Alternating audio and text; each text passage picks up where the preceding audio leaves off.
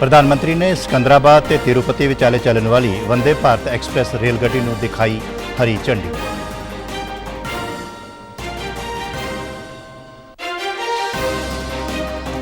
हरियाणा के मुख्यमंत्री ने लोगों दी शिकायतों के निपटारे वास्ते जन संवाद पोर्टल की की शुरुआत।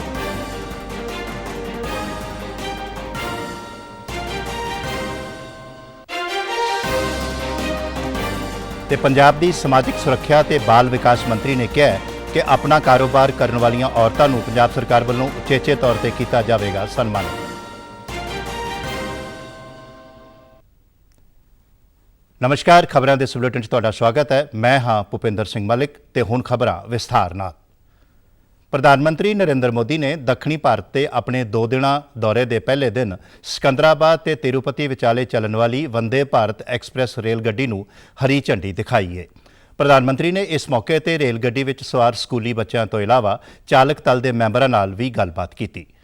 प्रधानमंत्री ने कहा कि तेलंगाना नूं 11,300 करोड़ दी योजनावां दी सौगात भी दी गई है। 17 गुना की वृद्धि की गई है। इससे नई रेल लाइन बिछाने का काम हो, रेल लाइनों की डबलिंग का काम हो या फिर इलेक्ट्रिफिकेशन का काम हो, सभी कुछ रिकॉर्ड तेजी से हुआ है।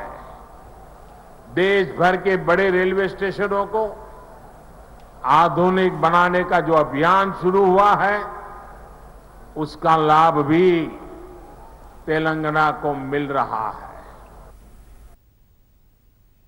तेलंगाना ते आंध्र प्रदेश सूबिया विच यह दूजी वंदे भारत रेलगड्डी है जिहड़ी नलगोंडा, गुंटूर, अंगोल ते नेल्लोर रुकेगी अते 11 घंटिਆਂ 'ਚ पूरा होने वाले सफ़र ਨੂੰ ਹੁਣ 8.5 घंटिਆਂ ਵਿੱਚ पूरा करिया करेगी। प्रधानमंत्री आज शाम करनाटक के 2 दिन के दौरे ते मैसूर भी जाणगे। देश विच कई महीनों बाद कोरोना के नवे मामलों की गिनती 6,000 तो पार गई है। पिछले साल 23 सितंबर को 5,383 मामले दर्ज किए गए सी।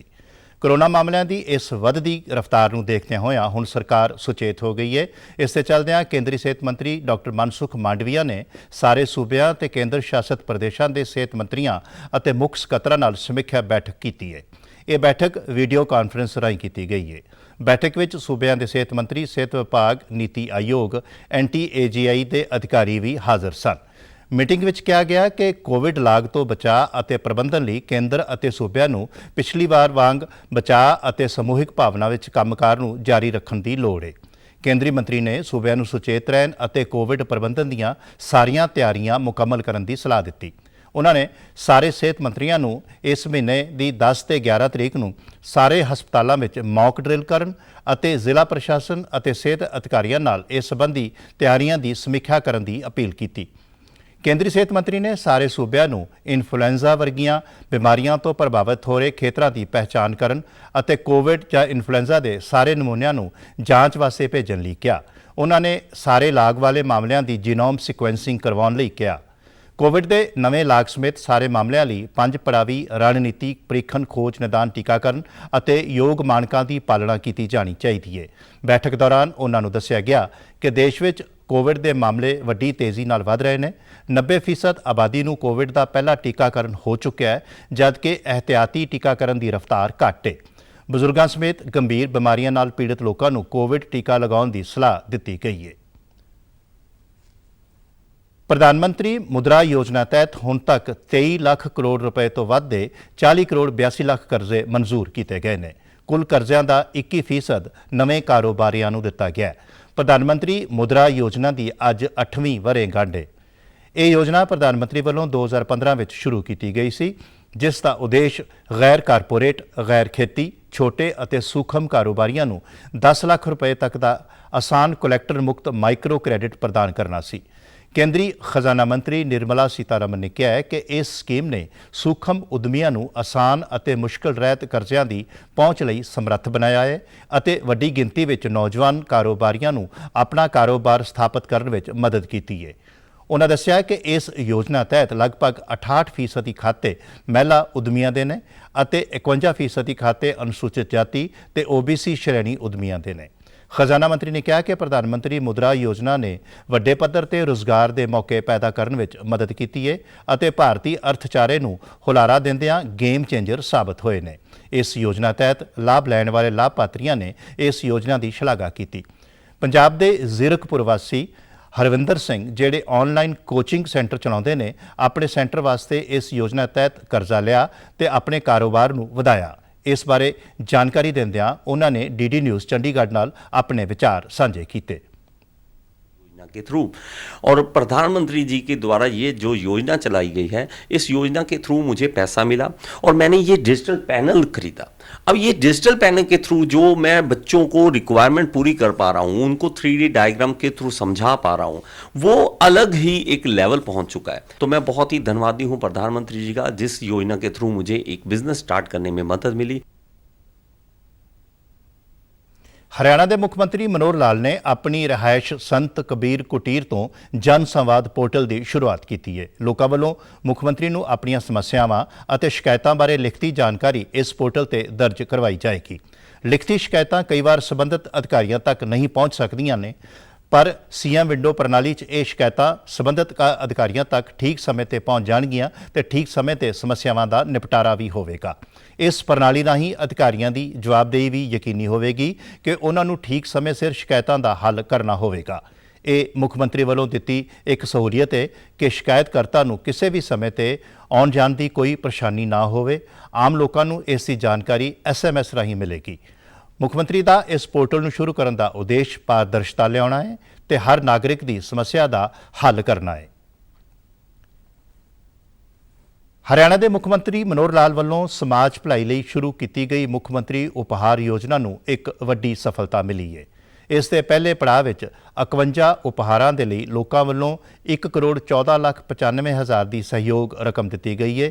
ਮੁੱਖ ਮੰਤਰੀ ਦੀ ਰਿਹਾਇਸ਼ ਤੇ ਕਰਵਾਏ ਗਏ ਉਪਹਾਰ ਵੰਡ ਸਮਾਗਮ ਵਿੱਚ ਸਹਿਯੋਗ ਦੇਣ ਵਾਲੇ ਲੋਕਾਂ ਨੂੰ ਮੁੱਖ ਮੰਤਰੀ ਨੇ ਸਨਮਾਨ ਚਿੰਨ੍ਹ ਦਿੱਤੇ। ਇਸ ਮੌਕੇ ਮੁੱਖ ਮੰਤਰੀ ਨੇ ਤੋਹਫੇ ਪ੍ਰਾਪਤ ਕਰਨ ਵਾਲੇ ਲੋਕਾਂ ਨੂੰ ਵਧਾਈ ਦਿੰਦਿਆਂ ਕਿਹਾ ਕਿ ਇਹਨਾਂ ਤੋਹਫਿਆਂ ਤੋਂ ਮਿਲੀ ਸਹਿਯੋਗ ਰਕਮ ਮੁੱਖ ਮੰਤਰੀ ਰਾਹਤ ਫੰਡ ਵਿੱਚ ਜਮ੍ਹਾਂ ਕਰਵਾ ਦਿੱਤੀ ਗਈ ਹੈ ਤੇ ਇਸ ਨੂੰ ਲੋਕ ਭਲਾਈ ਕੰਮਾਂ ਤੇ ਖਰਚ ਕੀਤਾ ਜਾਵੇਗਾ।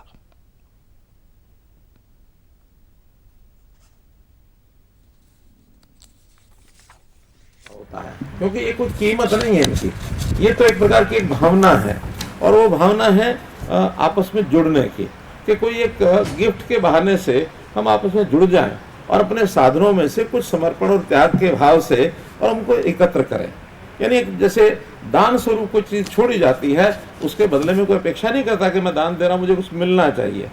और ये परोपकार के नाते हमने भी विचार किया कि जितना भी पैसा आएगा उस सारे को जो मुख्यमंत्री राहत कोष है, उस मुख्यमंत्री राहत कोष में डाल दिया जाए। ਮੁੱਖ ਮੰਤਰੀ ਨੇ ਕਿਹਾ ਕਿ ਪ੍ਰਧਾਨ ਮੰਤਰੀ ਨਰਿੰਦਰ ਮੋਦੀ ਦੀ ਅੰਤੋਦਿਆ ਕਲਿਆਣ ਵਿਚਾਰਧਾਰਾ ਤੋਂ ਪ੍ਰੇਰਿਤ ਹੋ ਕੇ ਹਰਿਆਣਾ ਸਰਕਾਰ ਸਮਾਜ ਦੀ ਆਖਰੀ ਕਤਾਰ ਵਿੱਚ ਖੜੇ ਲੋਕਾਂ ਦੀ ਭਲਾਈ ਲਈ ਕੰਮ ਕਰ ਰਹੀ ਹੈ। ਪਰਿਵਾਰਾਂ ਦੇ ਸ਼ਨਾਖਤੀ ਕਾਰਡਾਂ ਰਾਹੀਂ ਹਰੇਕ ਪਰਿਵਾਰ ਦਾ ਡਾਟਾ ਸਰਕਾਰ ਕੋਲ ਹੈ ਅਤੇ ਸਰਕਾਰ ਉਹਨਾਂ ਦੀ ਸਿੱਖਿਆ, ਸਿਹਤ ਅਤੇ ਸੁਰੱਖਿਆ ਆਦਿ ਸਾਰੀਆਂ ਸਹੂਲਤਾਂ ਦਾ ਧਿਆਨ ਰੱਖ ਰਹੀ ਹੈ। ਇਸ ਤੋਂ ਇਲਾਵਾ ਉਹਨਾਂ ਨੇ ਵਿਦਿਅਕ ਸੰਸਥਾਵਾਂ ਨੂੰ ਬੇਨਤੀ ਕੀਤੀ ਕਿ ਉਹ ਸਾਬਕਾ ਵਿਦਿਆਰਥੀਆਂ ਦੀ ਮੀਟਿੰਗ ਰੱਖਣ ਤਾਂ ਜੋ ਸਿੱਖਿਆ ਪ੍ਰਾਪਤ ਕਰ ਚੁੱਕੇ ਵਿਦਿਆਰਥੀ ਆਪਣੀ ਸੇਵਾ ਭਾਵਨਾ ਨਾਲ ਵਿਦਿਅਕ ਸੰਸਥਾਵਾਂ ਨੂੰ ਅੱਗੇ ਲੈ ਜਾਣ ਵਿੱਚ ਆਪਣਾ ਸਹਿਯੋਗ ਕਰ ਸਕਣ। ਸਮਾਜਿਕ ਸੁਰੱਖਿਆ, ਇਸਤਰੀ ਤੇ ਬਾਲ ਵਿਕਾਸ ਮੰਤਰੀ ਡਾਕਟਰ ਬਲਜੀਤ ਕੌਰ ਨੇ ਮਲੋਟ ਵਿਧਾਨ ਸਭਾ ਹਲਕੇ ਦੇ ਪਿੰਡ ਚੱਕ ਦੂਹੇਵਾਲਾ ਵਿੱਚ ਸਰਬੱਤ ਦਾ ਭਲਾ ਚੈਰੀਟੇਬਲ ਟਰਸਟ ਵੱਲੋਂ ਕੁੜੀਆਂ ਅਤੇ ਔਰਤਾਂ ਨੂੰ ਆਤਮ ਨਿਰਭਰ ਬਣਾਉਣ ਲਈ ਖੋਲ੍ਹੇ ਗਏ ਮੁਫਤ ਸਿਖਲਾਈ ਸੈਂਟਰ ਦਾ ਉਦਘਾਟਨ ਕੀਤਾ। ਇਸ ਮੌਕੇ ਉਹਨਾਂ ਕਿਹਾ ਕਿ ਆਪਣਾ ਕਾਰੋਬਾਰ ਕਰਨ ਵਾਲੀਆਂ ਔਰਤਾਂ ਨੂੰ ਪੰਜਾਬ ਸਰਕਾਰ ਉਚੇਚੇ ਤੌਰ ਤੇ ਸਨਮਾਨਿਤ ਕਰੇਗੀ। ਉਹਨਾਂ ਕਿਹਾ ਕਿ ਸਿਖਲਾਈ ਸੈਂਟਰ ਖੁੱਲ੍ਹਣ ਨਾਲ ਪਿੰਡ ਦੇ ਨੇੜੇ-ਤੇੜੇ ਦੀਆਂ ਔਰਤਾਂ ਨੂੰ ਬਹੁਤ ਫਾਇਦਾ ਹੋਵੇਗਾ। ਇਸ ਮੌਕੇ ਉਹਨਾਂ ਪਿੰਡ ਵਾਸੀਆਂ ਦੀਆਂ ਸਮੱਸਿਆਵਾਂ ਵੀ ਸੁਣੀਆਂ। ਕੈਬਨਿਟ ਮੰਤਰੀ ਨੇ ਆਪਣੇ ਦੌਰੇ ਦੌਰਾਨ ਸਿਵਲ ਹਸਪਤਾਲ ਮਲੋਟ ਵਿੱਚ ਲੋਕਾਂ ਨੂੰ ਸਾਫ਼ ਸੁਥਰਾ ਪੀਣ ਵਾਲੇ ਪਾਣੀ ਦੀ ਸਹੂਲਤ ਲਈ ਆਰਓ ਦਾ ਉਦਘਾਟਨ ਵੀ ਕੀਤਾ, ਜੋ ਸਰਬੱਤ ਦਾ ਭਲਾ ਚੈਰੀਟੇਬਲ ਟਰਸਟ ਵੱਲੋਂ ਇੱਥੇ ਸਥਾਪਿਤ ਕੀਤਾ ਗਿਆ ਹੈ। ਡੀਡੀ ਨਿਊਜ਼ ਤੇ ਹਰ ਮਹੀਨੇ ਦੇ ਆਖਰੀ ਐਤਵਾਰ ਨੂੰ ਮਨ ਕੀ ਬਾਤ ਪ੍ਰੋਗਰਾਮ ਰਾਹੀਂ ਪ੍ਰਧਾਨ ਮੰਤਰੀ ਨਰਿੰਦਰ ਮੋਦੀ ਕਰੋੜਾਂ ਲੋਕਾਂ ਦੇ ਨਾਲ ਸਿੱਧੇ ਜੁੜਦੇ ਨੇ।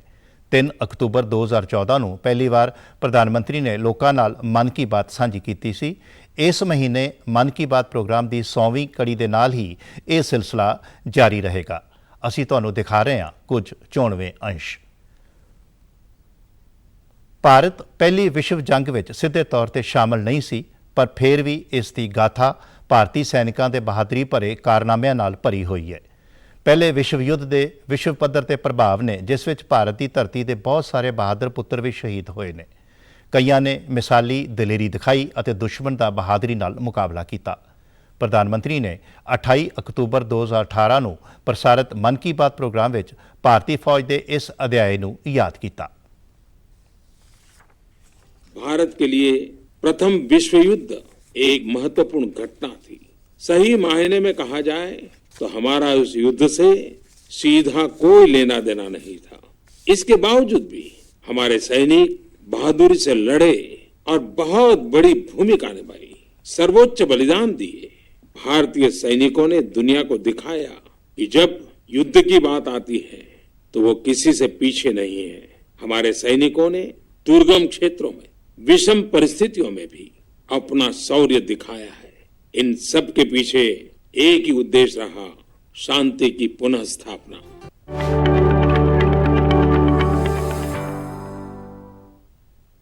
ते हुण खबरां फटाफट।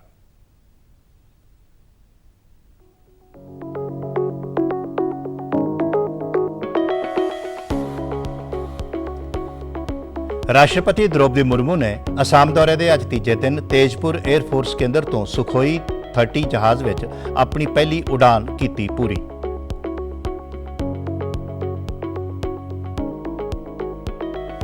ਪਾਕਿਸਤਾਨ ਹਾਈ ਕਮਿਸ਼ਨ ਨੇ ਵਿਸਾਖੀ ਮੌਕੇ ਉੱਥੋਂ ਦੇ ਗੁਰਦੁਆਰਾ ਸਾਹਿਬਾਨ ਦੇ ਦਰਸ਼ਨਾਂ ਲਈ 2856 ਸਿੱਖ ਸ਼ਰਧਾਲੂਆਂ ਨੂੰ ਵੀਜ਼ੇ ਕੀਤੇ ਜਾਰੀ।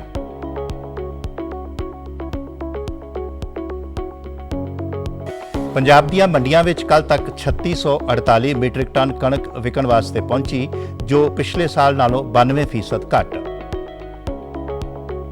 ਹਰਿਆਣਾ ਦੇ ਮੁੱਖ ਮੰਤਰੀ ਨੇ ਕਿਹਾ ਕਿ ਸੂਬੇ ਵਿੱਚ ਜ਼ੀਰੋ ਡ੍ਰੌਪਆਊਟ ਨੀਤੀ ਤੇ ਹੋ ਰਿਹਾ ਇਹ ਕੰਮ, ਅਗਲੇ ਸਾਲ ਤੱਕ ਇੱਕ ਵੀ ਬੱਚਾ ਨਹੀਂ ਰਹੇਗਾ ਸਕੂਲ ਜਾਣ ਤੋਂ ਵਾਂਝਾ।